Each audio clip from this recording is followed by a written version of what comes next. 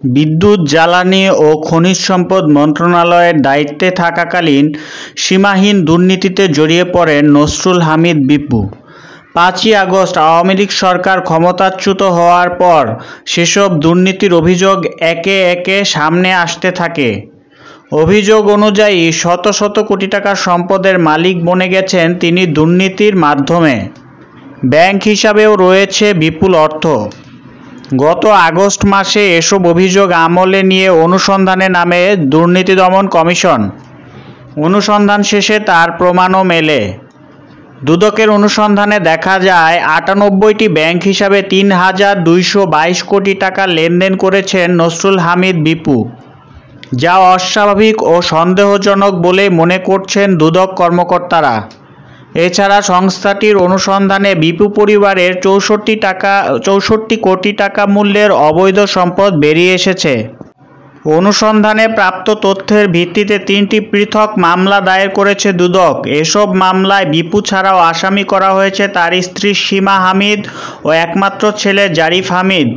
বৃহস্পতিবার মামলা ৩টি দুদকের সমন্বিত জেলা কার্যালয় ঢাকা ১-এ দায়ের হয়েছে বলে জানিয়েছেন দুদকের মহাপরিচালক মোহাম্মদ আখতার হোসেন।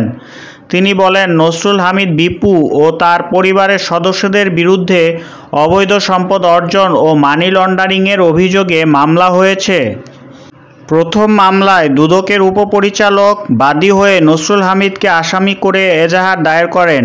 ওই মামলার এজাহার সূত্রে জানা যায়, বিদ্যুৎ, জ্বালানি ও খনিজ সম্পদ মন্ত্রণালয়ের এই নসরুল হামিদের বিরুদ্ধে দায়িত্বশীল পদে থেকে অবৈধ উপায়ে জ্ঞাত আয়ের উৎসের সঙ্গে অসঙ্গতিপূর্ণ ৩৬,৯৯,৬৫৭ টাকার স্থাবর ও অস্থাবর সম্পদ অর্জন করে ভোগ দখলে রেখেছেন। অন্যদিকে নিজ নামে ৯৮টি ব্যাংক হিসাবে মোট ৩,১৮১ কোটি ৫৮,৮৩,৩১৩ টাকা জমা, অধিকাংশ টাকাই উত্তোলনের মাধ্যমে অস্বাভাবিক ও সন্দেহজনক লেনদেন করেছেন, যা মানি লন্ডারিংয়ের সম্পৃক্ত অপরাধ হিসেবে দুদকের অনুসন্ধানে প্রমাণিত হয়েছে। দ্বিতীয় মামলায় তার স্ত্রী সীমা হামিদকে প্রধান আসামি ও স্বামী নসরুল হামিদকে সহযোগী আসামি করা হয়েছে। এই মামলায় স্ত্রী সীমার বিরুদ্ধে ৬,৯৫,৫৪,৯৬৪ টাকার অবৈধ সম্পদ ও নিজ নামে ২০টি ব্যাংক হিসাবে মোট ১২,৭৭,৮৬,৬৯৯ টাকা অস্বাভাবিক ও সন্দেহজনক লেনদেনের প্রমাণ মিলেছে। মামলাটি দুদকের উপপরিচালক কমলেশ মণ্ডল বাদী হয়ে দায়ের করেছেন।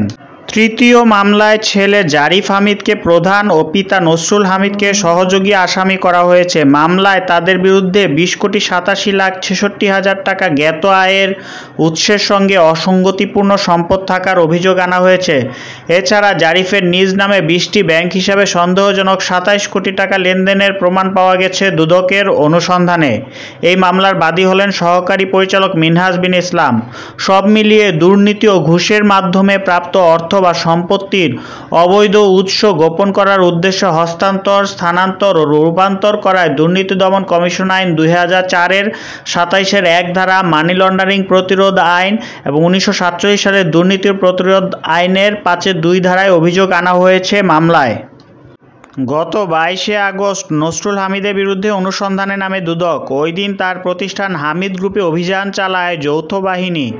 ঢাকা জেলা প্রশাসনের অতিরিক্ত জেলা ম্যাজিস্ট্রেটের নেতৃত্বে পুলিশ, র্যাব, সেনাবাহিনী অভিযান চালায়। এ সময় প্রিয় প্রাঙ্গণ নামে ভবনের ভেতর থেকে বেশ কয়েকটি ভল্টে থাকা নগদ অর্থ ও বৈদেশিক মুদ্রা এবং অস্ত্র, গুলিসহ অন্যান্য সামগ্রী জব্দ করা হয়। অন্যদিকে ৫ই আগস্ট শেখ হাসিনার পদত্যাগের পর আত্মগোপনে আছেন সাবেক বিদ্যুৎ ও জ্বালানি প্রতিমন্ত্রী নসরুল হামিদ বিপু।